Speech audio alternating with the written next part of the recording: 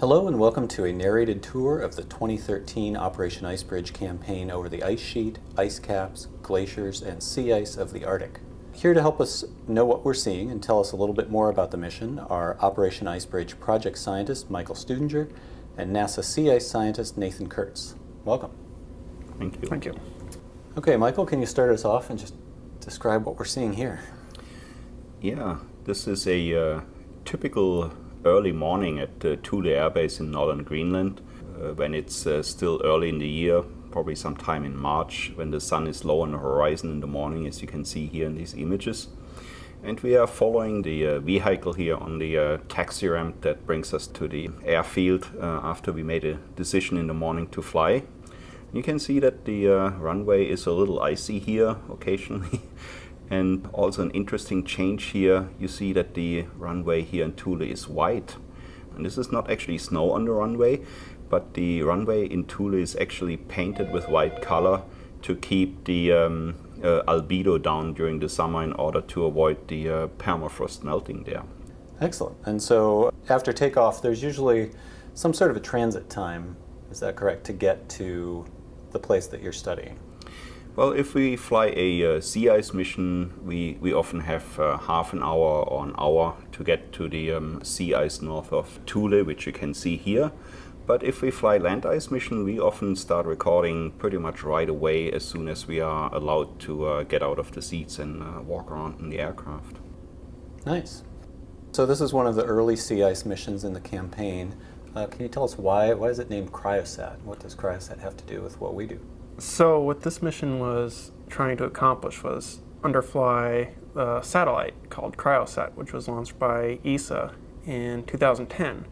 Cryosat is a radar altimeter, which measures the height of the surface above a reference level. So in this case, we're trying to measure the height of the sea ice surface above the water level. So you can see water in the video.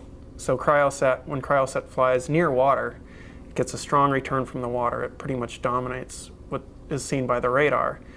But then when Cryosat flies over rough sea ice, how rough the sea ice is, you can see ridges in the sea ice, different features in the sea ice. Cryosat responds very differently to those features. And we were trying to fly a grid pattern over the entire, it's called the footprint of Cryosat, which is up to 1.5 kilometers to cover it with measurements to see how the Cryosat radar return looks. Sounds good. And I want to point out to everybody that the video that you're seeing right now is sped up about 3 times. So the flight is a little smoother than it appears from some of these. And throughout the course of this video, we'll play with the time quite a bit, but sometimes show it at the real pace too. And Nathan, do you care much scientifically or have much interest in the sea ice that is in these fjords and is sticking close to the coast, or are you mainly concerned about the main kind of ice packs out in the ocean?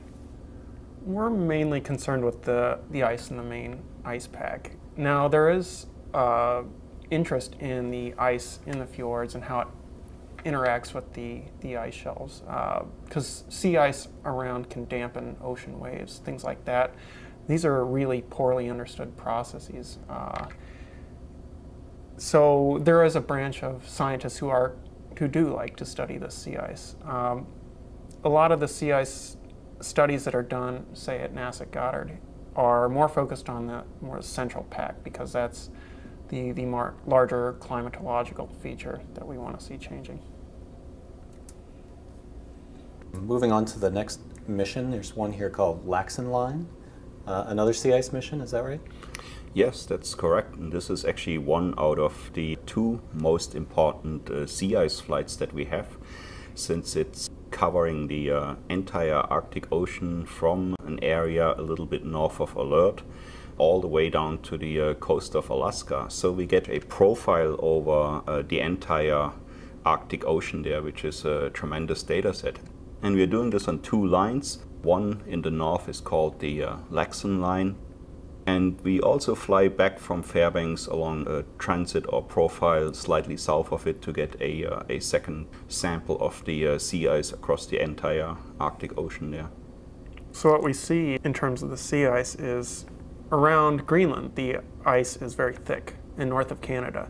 That's where we see the thickest ice that stays around all year.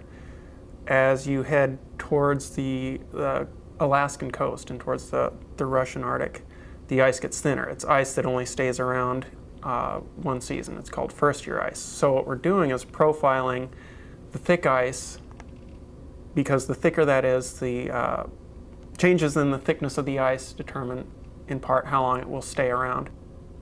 Can it survive a summer melt?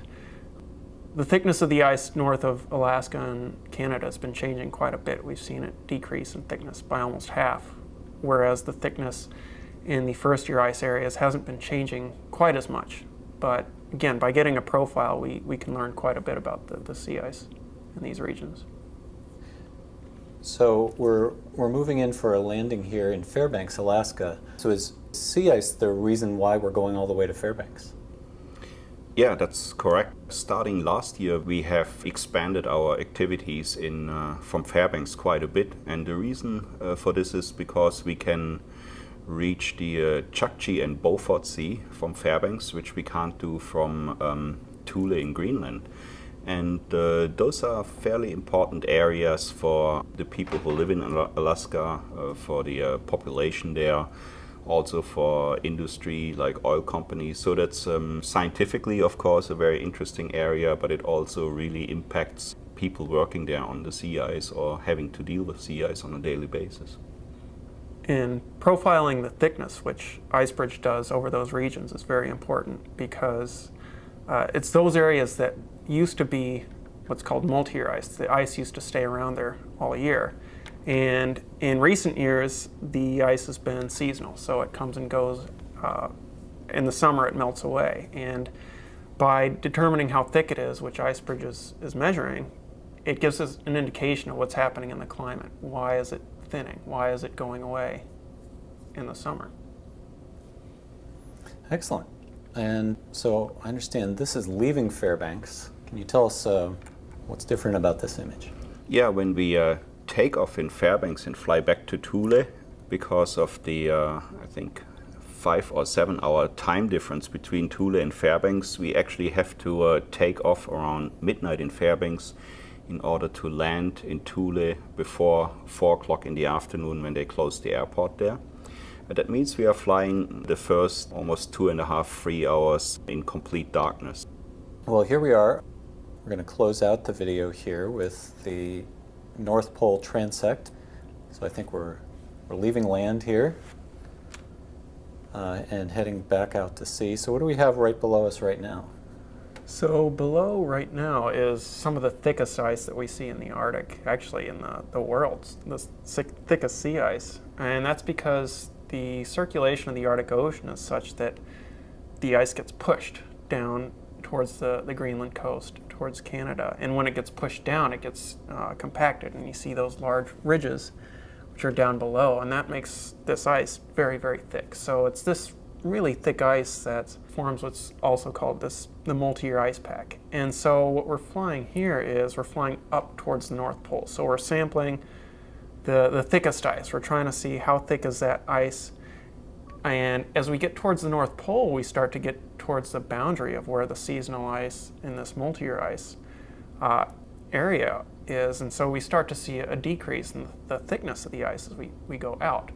And how quickly the ice thickness decreases out towards this area tells us something about how long can this ice survive, what's happening to the ice in terms of a changing climate. Because we've had submarine measurements in the past few decades, which have historically profiled quite a bit along this region near the North Pole. And there's also lots of historical interest in the North Pole region itself. There's camps, people put buoys out, lots of measurements around the actual North Pole itself. So this transect is very important because it tells us, how is the ice changing from the thickest out into that seasonal ice region.